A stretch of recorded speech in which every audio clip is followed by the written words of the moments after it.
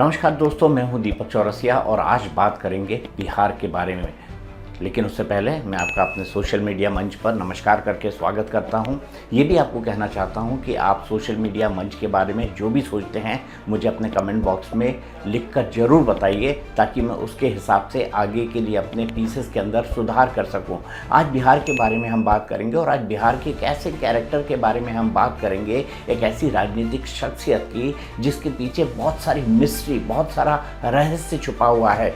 ऐसे नेता कौन है? ऐसे नेता हैं चिराग पासवान। वही चिराग पासवान जो रामविलास पासवान के बेटे हैं, वही चिराग पासवान जिन्होंने 2020 के लोकसभा चुनाव में, और ये आरोप खुद किसी और ने नहीं बल्कि नीतीश कुमार और उनकी पार्टी के नेताओं ने लगाया था, जनता दल यूनाइटेड को 43 सीटों पर सीमित कर दिया था। उस वक्त लोक जनशक्ति रामविलास पासवान के नेता या लोक जनशक्ति पार्टी के नेता जो है वो दूर होकर चुनाव लड़े थे। दूर होकर इन द सेंस वो एनडीए से अलग हटकर चुनाव लड़े थे, और एनडीए से अलग हटकर चुनाव लड़ने की इस प्रक्रिया के अंदर जो है चिराग पासवान ने खुद को भारतीय जनता पार्टी का हनुमान कहा था, प्रधानमंत्री का हनुमान कहा था, और कहा था कि वो तो एनडीए को जिताने के लिए लड़ रहे हैं, लेकिन उनकी लड़ाई नीतीश कुमार के खिलाफ है। ऐसे में बहुत सारे आरोप लगे। आरोप ये भी लगे कि नीतीश कुमार को ये डोज कहीं भारतीय जनता पार्टी ने नहीं दिलवाया है। उसकी बातें आगे करेंगे। लेकिन आजकल चिराग पासवान क्या कर रहे हैं? चिराग पासवान आजकल इसलिए चर्चा के अंदर हैं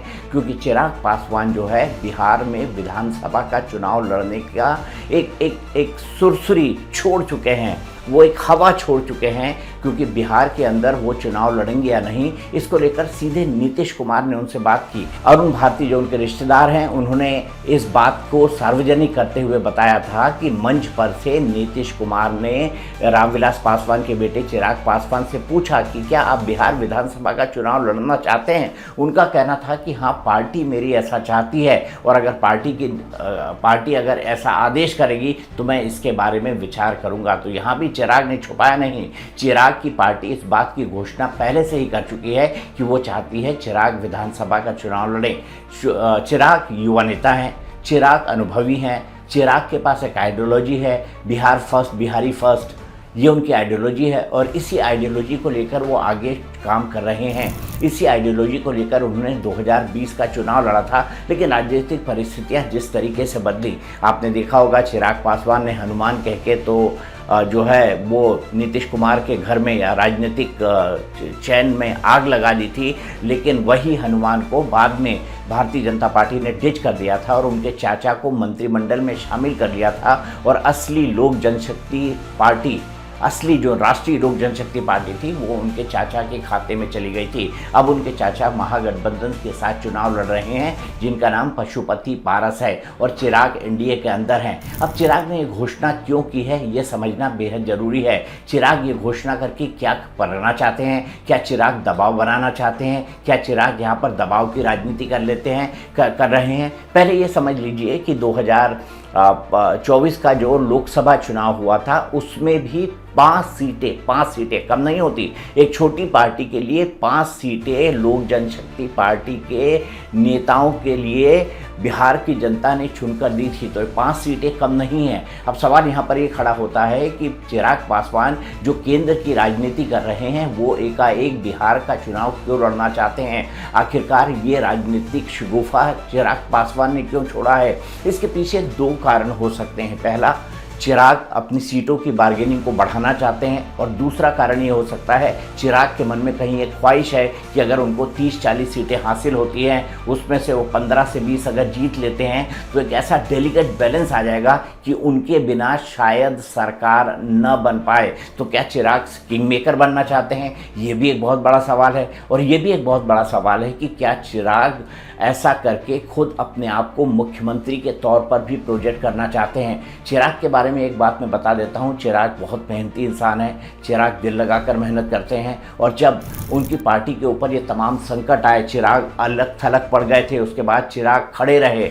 चिराग अपने स्टैंड पर मजबूती से न केवल खड़े रहे, बल्कि भारतीय जनता पार्टी ने अंततः उनसे गठबंधन भी किया, और वो नीतीश कुमार जो उनको फूटी आंख नहीं सुहाते थे, नीतीश कुमार को वो फूटी आंख नहीं सुहाते थे, और चिराग पासवान को भी नीतीश कुमार फूटी आंख नहीं सुहाते थे। उनके बीच में political understanding Bharatiya Janata party के इन्वॉल्व करने के बाद खड़ी हुई और उसके बाद एनडीए में उन्होंने 2024 का चुनाव लड़ा। अब यहाँ पर दिलचस्प बात ये है कि ऐसा करके क्या चिराग पासवान नीतीश कुमार को नीचा दिखाने की कोशिश कर रहे हैं? ऐसा करके नीतीश कुमार के सेहत को लेकर जो सवाल उठ रहे हैं, चिराग वहां पर घेरा बनाना चाहते हैं? इन तमाम चीज़ों पर बात करेंगे। लेकिन इस सवाल के बारे में नीतीश कुमार ने तो पूछा ही पूछा, पत्रकारों ने भी चिराग पासवान से पूछा था कि क्या वो मुख्यमंत्री बनना चाहते हैं। उन्होंने कहा था मैं मुख्यमंत्री नहीं बनना चाहता हूँ क्योंकि मुख्यमंत्री पद पर किसी भी तरह की कोई वैकेंसी नहीं है। लेकिन चिराग ने अपने विजन के बारे में क्या कहा, उन्होंने क्या ये संकेत दिए कि अगर उन्हें अच्छा सीट बंटवारा नहीं मिलता है तो क्या वो छोड़ देंगे एनडीए? ऐसा कोई संकेत उन्होंने नहीं दिया है और आज तक के अपने सभी बयानों में वो प्रधानमंत्री मोदी के बयान की भूरी भूरी प्रशंसा कर रहे हैं। नहीं, बिल्कुल प्रधानमंत्री जी, खुशी हम सब बिहारियों को इस बात की है कि प्रधानमंत्री जी की प्राथमिकता में जिस तरीके से बिहार दिखता है, ये दर्शाता है कि विकसित बिहार बनाने के लक्ष्य को लेकर मेरे प्रधानमंत्री कितने ज़्यादा गंभीर हैं। और जब जब प्रधानमंत्री जी बिहार आए हैं तब तब बिहार को हज़ारों करोड़ों की सौगात देकर गए हैं और ये ऐसी सौगात है जो धरातल पर दिखती है। आज हम लोग जहाँ पर हैं, जिस परिसर में खड़े होकर हम लोग ये चर्चा कर रहे हैं, ये एयरपोर्ट ही लंबे समय से ये मांग बिहारियों की रही थी कि एक वर्ल्ड क्लास एयरपोर्ट पटना को मिलना चाहिए। आज ये भी सपना पूरा हुआ है तो इसकी ये भी देन मेरे प्रधानमंत्री आदरणीय नरेंद्र मोदी जी की वजह से है। ऐसे में कल उनका आना पुनः विकसित बिहार की नींव को मजबूत करने के उद्देश्य के साथ है। लोकसभा चुनाव में जो जो वादे प्रधानमंत्री जी ने किए थे, उन वादों को पूरा करने की सोच के साथ एक बार फिर प्रधानमंत्री जी बिहार आ रहे हैं। दोस्तों, ये बात बिल्कुल साफ है कि चिराग पासवान का विधानसभा चुनाव लड़ना नीतीश कुमार को असहज करेगा। तब चिराग पासवान और नीतीश कुमार के चेहरों की तुलना होने लगेगी मुख्यमंत्री के तौर पर कि एनडीए का बेहतर मुख्यमंत्री कौन हो सकता है। मेरे ख्याल से भारतीय जनता पार्टी और एनडीए के बाकी घटक दल भी इस बात को अवॉइड करना चाहेंगे। हाल ही के दिनों में जीतन राम मांझी ने एक बयान दिया था जिसमें उन्होंने कहा था कि चिराग पासवान तो अपनी तरफ से कुछ नहीं कह रहे, लेकिन उनके चट्टे बट्टे जरूर कह रहे हैं। तो क्या एनडीए के अंदर ये सीट बंटवारे में आने वाले घमासान के पूर्व का एक संकेत है? ये सब समझने से पहले ये देख लीजिए कि चिराग पासवान का बिहार के अंदर राजनीतिक आधार क्या है। चिराग दलितों की एक बहुत प्रोमिनेंट कम्युनिटी से आते हैं जो पासवान हैं और लगभग 5.3% पासवान पूरे के पूरे बिहार के अंदर हैं और ये प्राइमरीली रामविलास पासवान का और उनकी पार्टी का एक मजबूत वोट आधार है। आपको पता है जब तक दलितों का एक साइजेबल अमाउंट ऑफ वोट जो है वो किसी भी गठबंधन को नहीं मिलता, तब तक बिहार में उसका जीतना मुश्किल होता है। तो ऐसे में चिराग पासवान का एनडीए के साथ आना एनडीए के लिए एक बहुत बड़ा पॉजिटिव फैक्टर होगा। और वो जानते हैं कि चिराग पासवान ने जिस तरह का नुकसान 2020 के विधानसभा चुनाव में किया था वो भी उनको अच्छी तरह पता है। मैं आपको यहाँ पर बता देना चाहता हूँ कि 5 सीटें 2024 के लोकसभा चुनाव में लोक जनशक्ति पार्टी रामविलास पासवान ने जीती थी और वो चाहेगी कि उसी के अनुपात में उसको सीटें मिले। अब उसके अनुपात में सीटें मिलेंगी या नहीं मिलेंगी ये दीगर सवाल है, लेकिन मैं आपको ये समझा दूं कि कुल 243 सीटें हैं। 243 सीटों में कम से कम 100 सीटों पर बीजेपी लड़ेगी क्योंकि बीजेपी के ऑलरेडी 75 के ऊपर सांसद जो हैं वो विधानसभा के अंदर हैं। इसके अलावा कम से कम 100 सीटों पर जेडीयू लड़ेगी, तो 200 सीटें तो ऐसे निकल गई। अब क्या बचती है? अब बचती है 43 सीटें जो किस किस के खाते में जाएंगी। एक खाता होगा उपेंद्र कुशवाहा की पार्टी का, एक खाता होगा जीतन राम मांझी की पार्टी का और एक खाता होगा चिराग पासवान की पार्टी का। ऐसे में चिराग क्या चाहेंगे? चिराग चाहेंगे ना कि उनको कम से कम 30 से 40 सीटें दी जाएं। क्या 30 से 40 सीटें चिराग को देना फिजिबल होगा? क्या 30 से 40 सीटें चिराग को देना संभव होगा? लेकिन चिराग के पिछले रिकॉर्ड को अगर देखा जाए तो मैं आपको वोट प्रतिशत के आधार पर बताता हूं कि चिराग ने क्या खोया और क्या पाया 2020 और 2025 के लोकसभा चुनाव के अंदर। आपको पता है 2014 का लोकसभा चुनाव चिराग पासवान ने किसके साथ मिलकर लड़ा था? उन्होंने लड़ा था नरेंद्र मोदी के साथ मिलकर। वो एनडीए के मेंबर बने थे और उस वक्त जनता दल यूनाइटेड एनडीए की मेंबर नहीं थी और जनता दल यूनाइटेड ने ये चुनाव स्वतंत्र तौर पर लड़ा था और उस वक्त प्रधानमंत्री नरेंद्र मोदी के एक बड़े चैलेंजर बनकर नीतीश कुमार उभरे थे। और उसी 2014 के बाद 2015 लोकसभा चुनाव हुआ जो महागठबंधन और एनडीए के बीच हुआ था। इसमें भारतीय जनता पार्टी जीत नहीं पाई थी और सफलता महागठबंधन को लगी थी।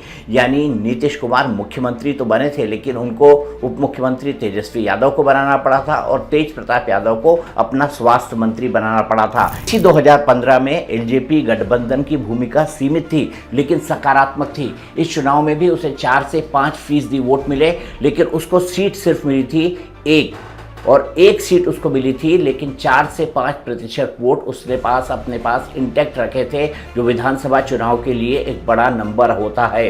2020 में एक रणनीतिक मोड़ आया। एलजेपी ने अलग होकर चुनाव लड़ा। किससे? एलजेपी ने अलग होकर चुनाव लड़ा जनता दल यूनाइटेड और बीजेपी के एनडीए गठबंधन से और यहाँ पर उन्होंने 135 सीटों पर अपने कैंडिडेट उतारे। यहाँ पर चिराग पासवान ने साफ साफ कहा था कि वो बीजेपी के खिलाफ नहीं, नीतीश कुमार के खिलाफ हैं, नीतीश कुमार को पद से हटाना चाहते हैं। इसी नाम पर उन्होंने चुनाव लड़ा था।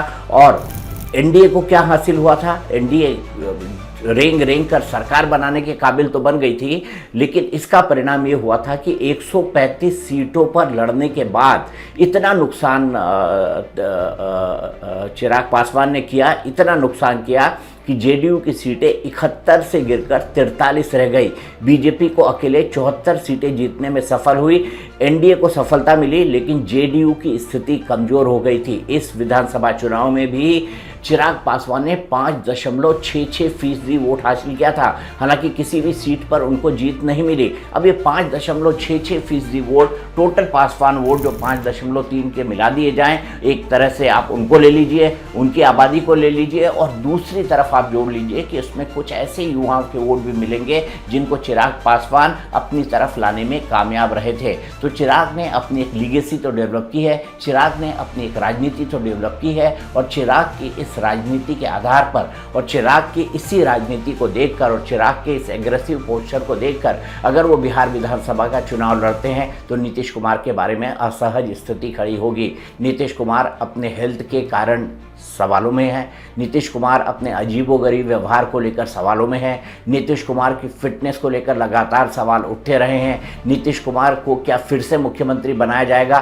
भारतीय जनता पार्टी मुंह दिखाई की रस्म के लिए तो कहती है, एक दूसरे के पोस्टर जेडीयू दफ्तर पर भी लग जाते हैं और बीजेपी दफ्तर पर भी लग जाते हैं, लेकिन भारतीय जनता पार्टी इस मामले में अभी टाइट लिप्ड है कि भारतीय जनता पार्टी चुनाव के बाद क्या करेगी। हालांकि भारतीय जनता पार्टी के कई नेताओं ने ये कहा है कि नीतीश कुमार ही हमारे मुख्यमंत्री चुनाव के बाद भी होंगे, लेकिन ये सिर्फ एक बयान है या इसके पीछे की वस्तुस्थिति खोज, ये चीज़ें तब आगे जाकर साफ होंगी जब बिहार में सीटों के बारे में गठबंधन में किसको किसकी सीटें दी जाएं इसके बारे में बातचीत होगी, गठबंधन का नेता कौन हो इसके बारे में बातचीत होगी। लेकिन फिलहाल नीतीश कुमार की लीडरशिप को गठबंधन के अंदर डिस्टर्ब नहीं किया जाएगा। तो सवाल ये है कि फिर चिराग पासवान नीतीश कुमार को डिस्टर्ब करने की कोशिश क्यों कर रहे हैं? क्या नीतीश कुमार कोई आगे की राजनीति साधना क्या चिराग पासवान नीतीश कुमार के को नीचा दिखाकर कोई आगे की राजनीति साधना चाहते हैं?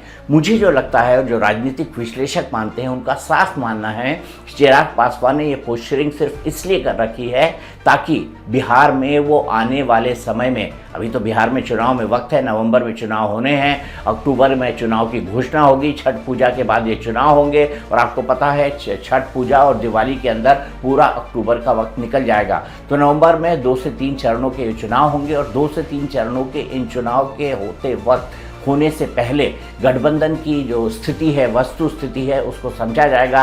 यानी अगले 15 से 20 दिन या 1 महीने के अंदर जब भारतीय जनता पार्टी का नया प्रेसिडेंट अपॉइंट हो जाता है तब गठबंधन के ऊपर बातचीत शुरू होगी। मेरा ये मानना है कि चिराग पासवान अपना प्रेशर तब तक बनाए रखेंगे जब भारतीय जनता पार्टी उनके साथ एक कॉम्प्रोमाइज़ फॉर्मूले पर ना आ जाए। जब भारतीय जनता पार्टी भी इसका दबाव महसूस करेगी कि चिराग पासवान अगर चुनाव लड़ते हैं तो इसके किस तरह के परिणाम होंगे। ऐसे में भारतीय जनता पार्टी के सामने भी एक सवाल खड़ा हो जाएगा और वो सवाल ये होगा कि अगर चिराग पासवान बिहार की राजनीति करते हैं तो नीतीश कुमार का क्या होगा, चिराग पासवान अगर बिहार की राजनीति करते हैं तो सम्राट चौधरी का क्या होगा, चिराग पासवान अगर बिहार की राजनीति करते हैं तो विजय सिन्हा का क्या होगा। तो ऐसे में बहुत सारे पॉलिटिकल इक्वेशन डिस्टर्ब होंगे। इन तमाम चीज़ों को देखकर मुझे ऐसा लगता है कि अभी तक चिराग पासवान अपनी बार्गेनिंग को बढ़ाने के लिए, अपनी पॉलिटिकल जो मूल भाव है उसके स्ट्रेंथ को बनाने के लिए इस तरह की बातें कर रहे हैं। भारतीय जनता पार्टी जब उनके साथ एक टेबल पर बैठेगी, जब गठबंधन को लेकर बातचीत होगी, चिराग अधिक से अधिक सीटें मांगेंगे क्योंकि 5 लोकसभा सीट उनके पास है। अगर इन 5 लोकसभा सीट की विधानसभा सीटों को ही कैलकुलेट कर लिया जाए तो ये एक अच्छी खासी संख्या होती है और चिराग की महत्वाकांक्षा कितनी बड़ी है ये हम सब जानते हैं। इससे पहले चिराग ने कहा था कि 2029 के विधानसभा चुनाव में वो बिहार में सक्रिय होंगे, तब तक केंद्र की राजनीति करेंगे। लेकिन चिराग ने 2025 के विधानसभा चुनाव में ही यू टर्न ले लिया है। 2025 के विधानसभा चुनाव में ही यू टर्न ले लिया है। अब वो 2029 की बात नहीं कर रहा है। वो ये बात नहीं कर रहे कि 2029 से वो बिहार के अंदर सक्रिय होंगे। अब वो बिहार में पहले दिन से सक्रिय हैं, चुनाव के पहले से सक्रिय हैं और अपनी एक पोजीशन को वहाँ पर असर्ट करना चाहते हैं। अब देखना दिलचस्प होगा कि चिराग, जिसको पिछली बार एनडीए का गठबंधन लाख चाहने के बाद भी नहीं समझा पाया और चिराग पासवान नाराज होकर एनडीए के गठबंधन से बाहर चले गए, क्या उनको फिर से एक बार नाराज करने का रिस्क भारतीय जनता पार्टी उठाएगी? क्या चिराग के पास महागठबंधन में जाने का कोई ऑप्शन है? मेरे ख्याल से महागठबंधन में वो इसलिए नहीं जा पाएंगे, अब तो बहुत लेट हो चुके हैं, और दूसरा महागठबंधन के पास उनको देने के लिए सीटें भी नहीं होंगी जितनी सीटें चिराग पासवान चाहते हैं। तो चिराग के पास एनडीए के अलावा कोई विकल्प नहीं है। ऐसे में चिराग अपनी बार्गेनिंग पावर को बढ़ाने के लिए ये तमाम कड़े पॉलिटिकल स्टैंड लेंगे, लेकिन क्या इससे वो किंग मेकर बन जाएंगे? क्या इससे वो सरकार के रिमोट कंट्रोल को अपने हाथ पे ले लेंगे? इसकी संभावना मुझे कम नज़र आती है। दोस्तों, मेरा ये वीडियो आपको कैसा लगा मुझे बताइएगा, मुझे अपना फीडबैक ज़रूर दीजिएगा। आज के लिए इतना ही। शुभ रात्रि।